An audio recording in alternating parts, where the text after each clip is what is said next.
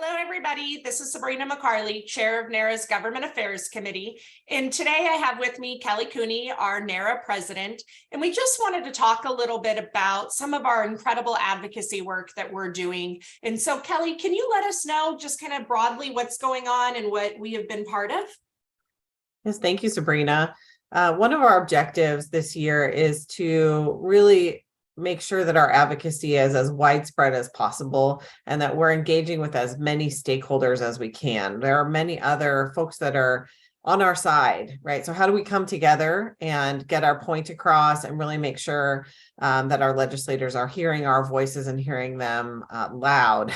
So in order to amplify those voices, we are part of a few coalitions. We have our coalition with our other rehab provider groups like APTA, AOTA, and ASHA, and Advion, formerly NASL, and APTQI.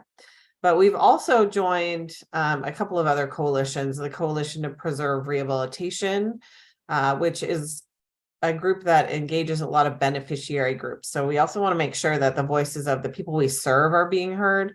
And then we have the ITEM Coalition, which is has beneficiary groups and provider groups, but is a little bit more focused on the DME side of things, so access to wheelchairs and equipment. And so that only helps our beneficiaries as well. So working with those groups and really trying to amplify our voices as much as we can.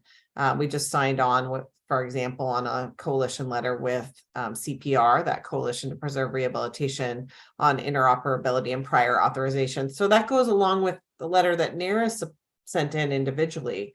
But once again, we amplify our voices when we are part of a larger coalition. We're also we heard from all of you loud and clear that workforce, and we know is a huge issue for all of us.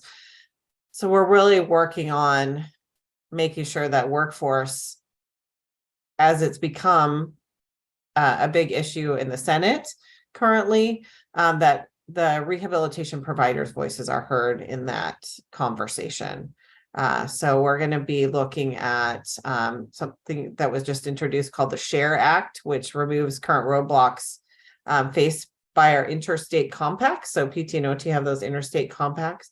And there are some FBI background check things that kind of get in the way of those going as smoothly as they could. So we're trying to remove some of that issue. And also there's an allied health workforce diversity grant program that we'd love for therapists to be involved in as well. So those are a couple things that are out there that we're trying to make sure we're supporting and that therapists are involved. That's awesome. It's so exciting to see everything that NARA is involved with. And we just wanted everyone to know that, you know, we are out there and we are supporting all of our members. And so we encourage you, if you have any questions or you'd like to hear more, you can participate in our NARA town halls. And we would also love to see you all at a conference where it's going to be all about advocacy and legislation. So thank you, everybody.